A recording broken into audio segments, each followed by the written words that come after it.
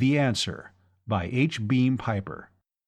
For a moment after the screen door snapped and wakened him, Lee Richardson sat breathless and motionless, his eyes still closed, trying desperately to cling to the dream and print it upon his conscious memory before it faded. "Are you there, Lee?" he heard Alexis Pitov's voice. "Yes, I'm here. What time is it?" he asked, and then added, "I fell asleep. I was dreaming." It was all right. He was going to be able to remember. He could still see the slim woman with the graying blonde hair, playing with the little dachshund among the new-fallen leaves on the lawn. He was glad they'd both been in this dream together. These dream glimpses were all he'd had for the last 15 years, and they were too precious to lose. He opened his eyes. The Russian was sitting just outside the light from the open door of the bungalow, lighting a cigarette. For a moment he could see the blocky, high-cheeked face, now pouched and wrinkled, and then the flame went out, and there was only the red coal glowing in the darkness. He closed his eyes again, and the dream picture came back to him, the woman catching the little dog and raising her head as though to speak to him. "Plenty of time yet." Pitov was speaking German instead of Spanish, as they always did between themselves. "They're still counting down from -3 hours. I just phoned the launching site for a jeep. Eugenio's been there ever since dinner. They say he's running around like a cat looking for a place to have her first litter of kittens." He chuckled. This would be something new for Eugenio Galvez, for which he could be thankful. "I hope the generators don't develop any last-second bugs," he said. "We'll only be a mile and a half away, and that'll be too close to 50 kilos of negamatter if the field collapses." "It'll be all right," Pitov assured him. "The bugs have all been chased out years ago." "Not out of those generators in the rocket. They're new." He fumbled in his coat pocket for his pipe and tobacco. "I never thought I'd run another nuclear bomb test as long as I lived." "Lee!" Pitov was shocked. "You mustn't call it that. It isn't that at all.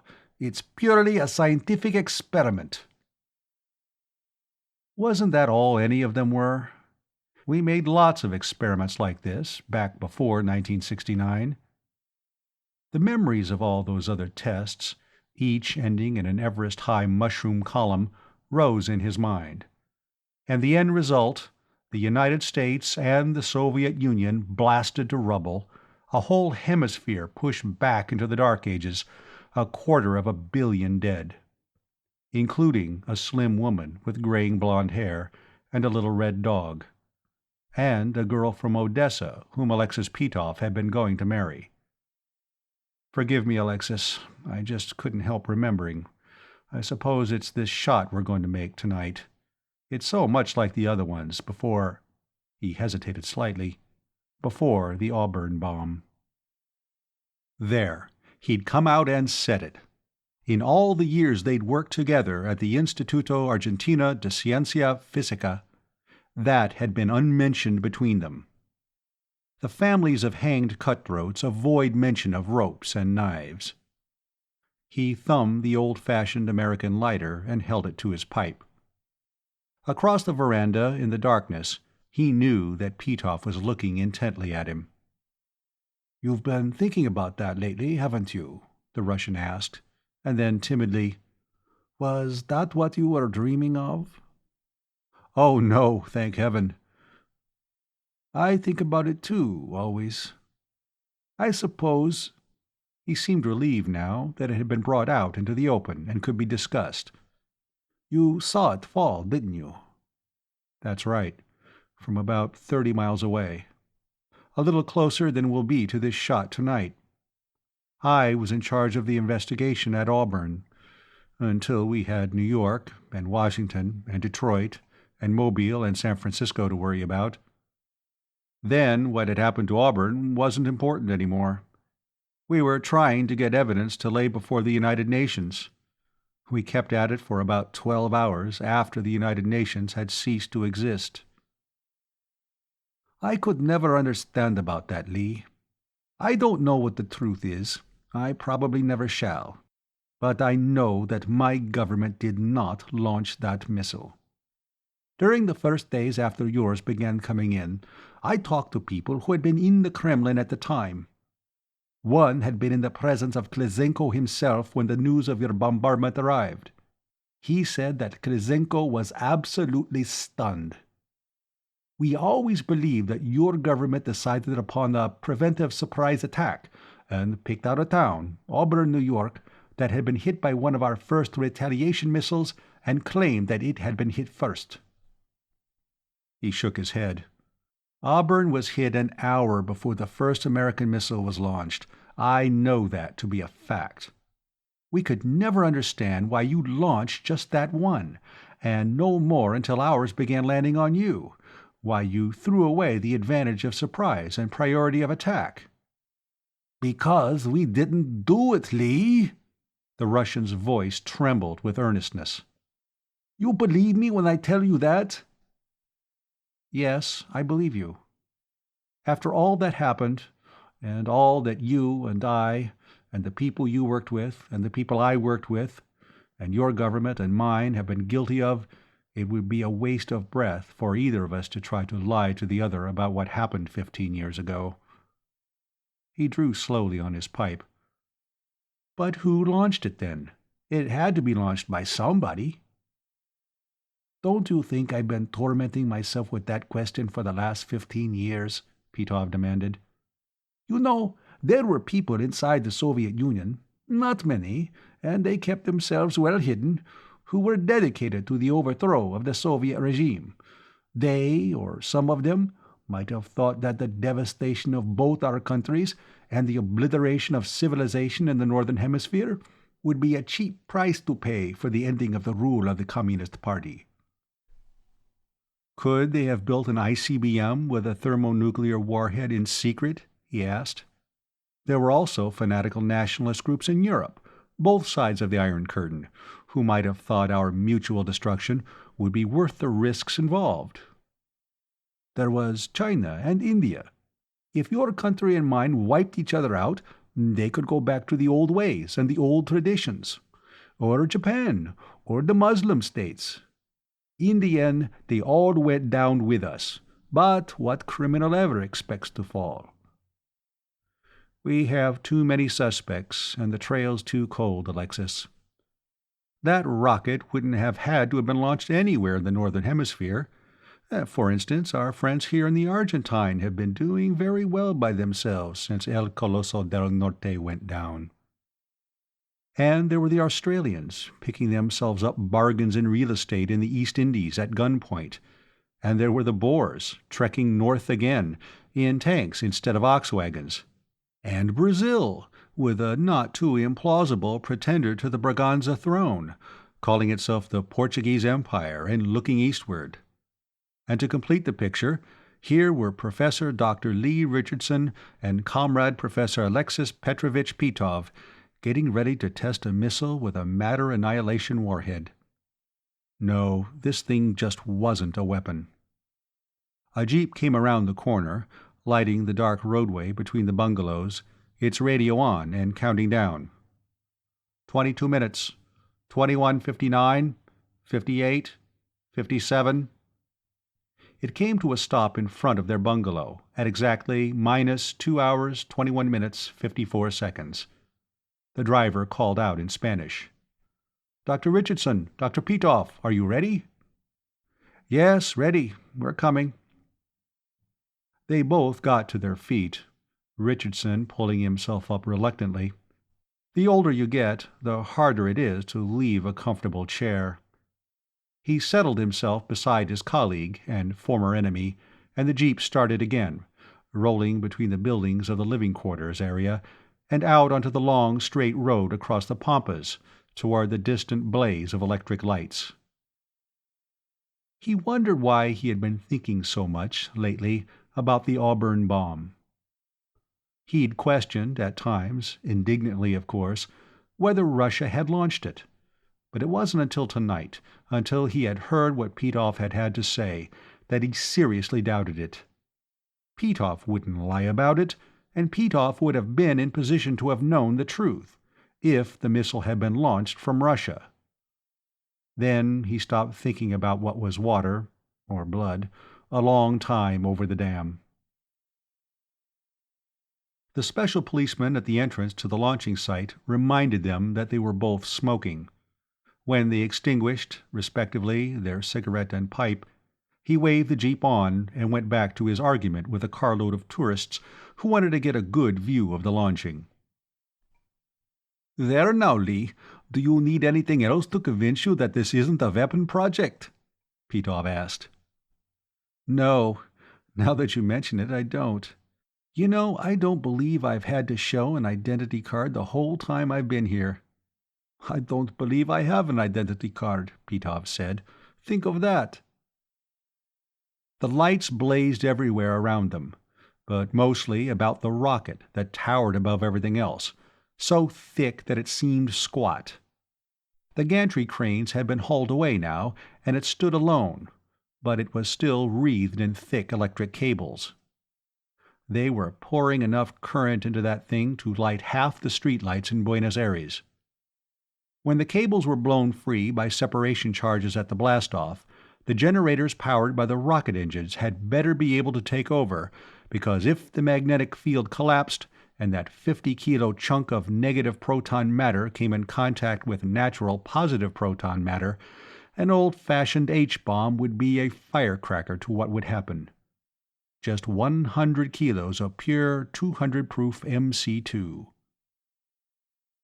The driver took them around the rocket, dodging assorted trucks and mobile machinery that were being hurried out of the way. The countdown was just beyond 2 hours, 5 minutes. The jeep stopped at the edge of a crowd around 3 more trucks, and Dr. Eugenio Galvez, the director of the institute, left the crowd and approached at an awkward half-run as they got down. "Is everything checked, gentlemen?" he wanted to know. "It was this afternoon at 17:30, Pitov told him, "and nobody's been burning my telephone to report anything different. Are the balloons and the drone planes ready?" "The Air Force just finished checking. They're ready. Captain Urquiola flew one of the planes over the course and made a guidance tape. That's been duplicated, and all the planes are equipped with copies." "How's the wind?" Richardson asked. "Still steady. We won't have any trouble about fallout or with the balloons." "Then we better get back to the bunker and make sure everybody there is on the job."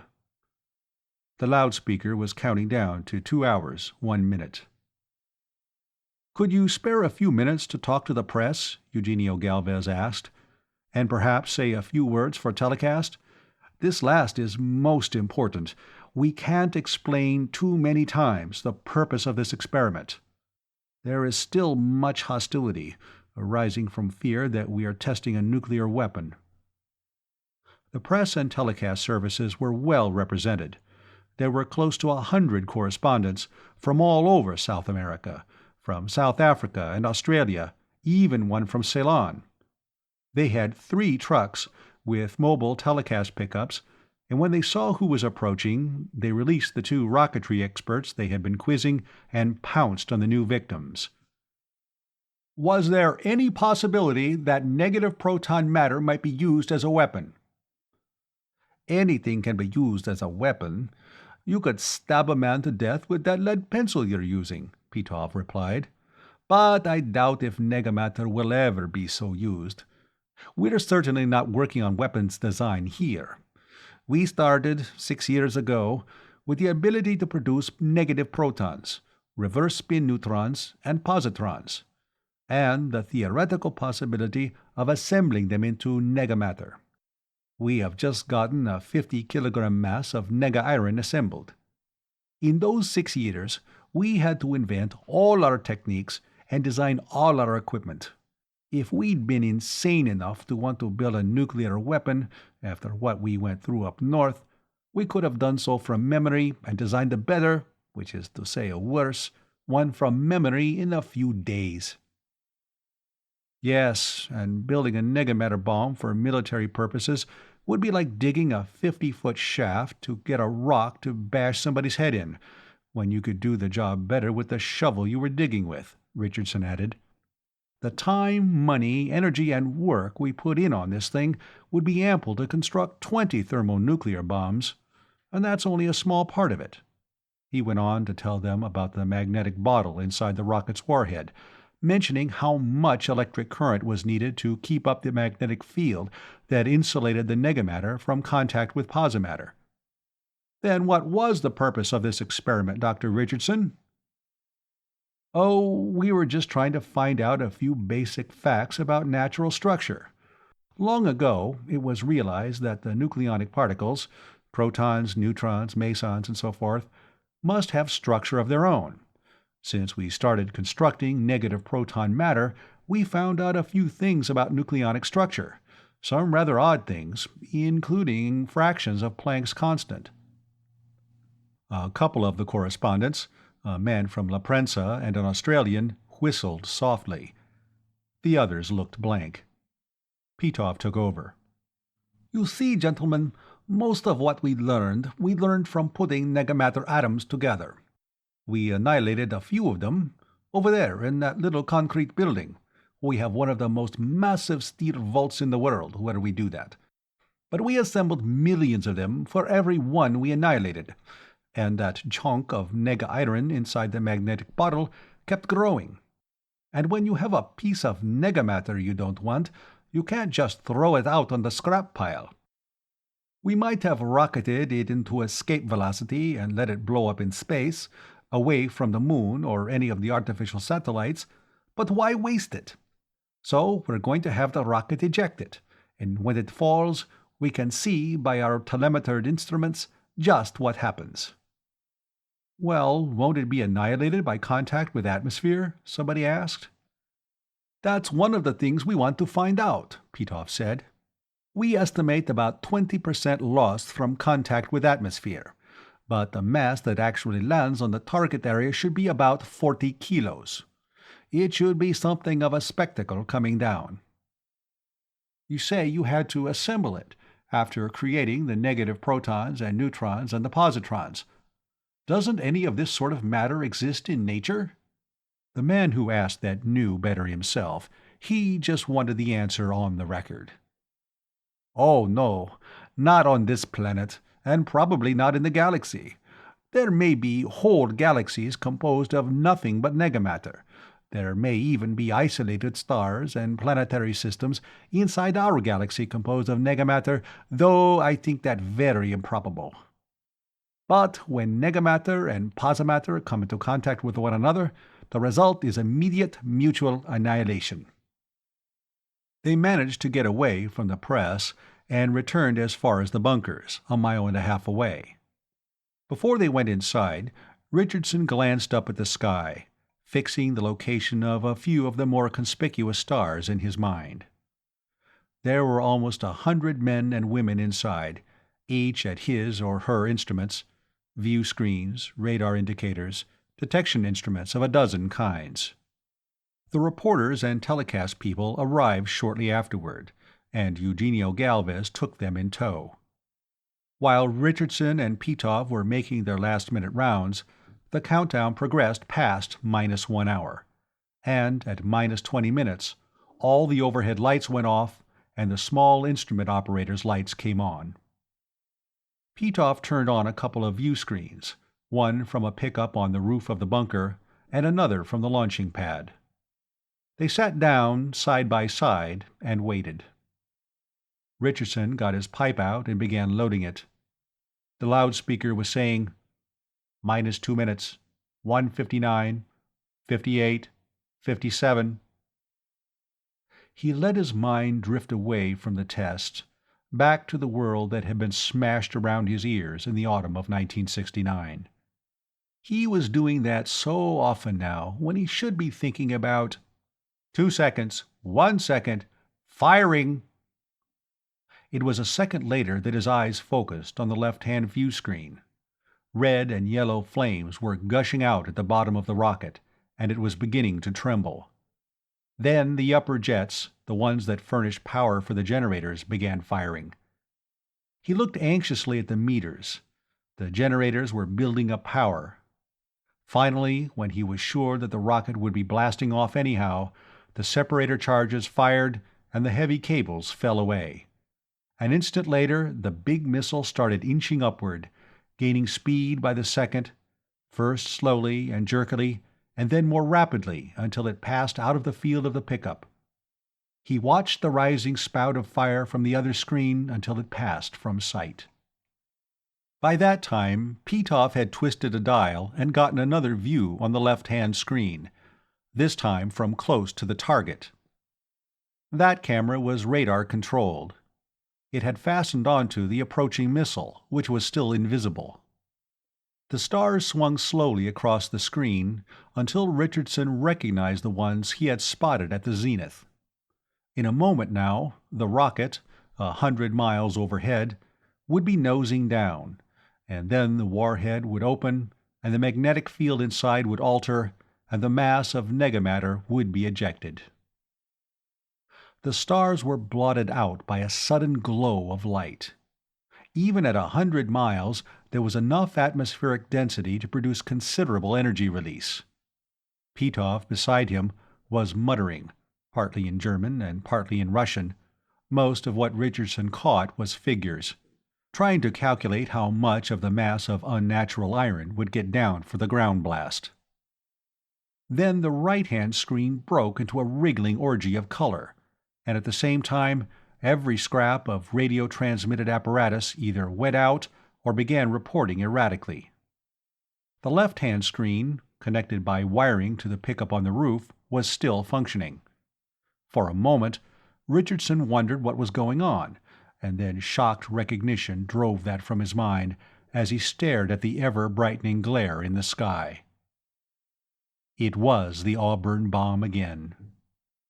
He was back, in memory, to the night on the shore of Lake Ontario, the party breaking up in the early hours of morning, he and Janet and the people with whom they had been spending a vacation week standing on the lawn as the guests were getting into their cars. And then the sudden light in the sky, the cries of surprise and then of alarm as it seemed to be rushing straight down upon them. He and Janet clutching each other and staring up in terror at the falling blaze from which there seemed no escape. Then relief as it curved away from them and fell to the south. And then the explosion, lighting the whole southern sky. There was a similar explosion in the screen, when the mass of nega-iron landed, a sheet of pure white light, so bright and so quick as to almost pass the limit of visibility. And then a moment's darkness that was in his stunned eyes more than in the screen, and then the rising glow of updrawn incandescent dust. Before the sound waves had reached them, he had been legging it into the house. The television had been on, and it had been acting as insanely as the screen on his right now. He had called the state police, the telephones had been working all right, and told them who he was, and they had told him to stay put and they'd send a car for him. They did, within minutes. Janet and his host and hostess had waited with him on the lawn until it came, and after he had gotten into it, he had turned around and looked back through the rear window, and seen Janet standing under the front light, holding the little dog in her arms, flopping one of its silly little paws up and down with her hand to wave goodbye to him. He had seen her and the dog like that every day of his life for the last 15 years. "What kind of radiation are you getting?" He could hear Alexis Pitov asking into a phone. "What? Nothing else? Oh yes, of course. But mostly cosmic. That shouldn't last long." He turned from the phone. "A devil's own dose of cosmic and some gamma. It was the cosmic radiation that put the radios and telescreens out. That's why I insisted that the drone planes be independent of radio control." They always got cosmic radiation from the micro-annihilations in the test vault. Well, Now they had an idea of what produced natural cosmic rays. There must be quite a bit of negamatter and posimatter going into mutual annihilation and total energy release through the universe.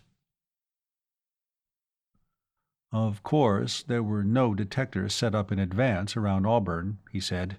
We didn't really begin to find anything out for an hour. By that time, the cosmic radiation was over, and we weren't getting anything but gamma. What? What has Auburn to do?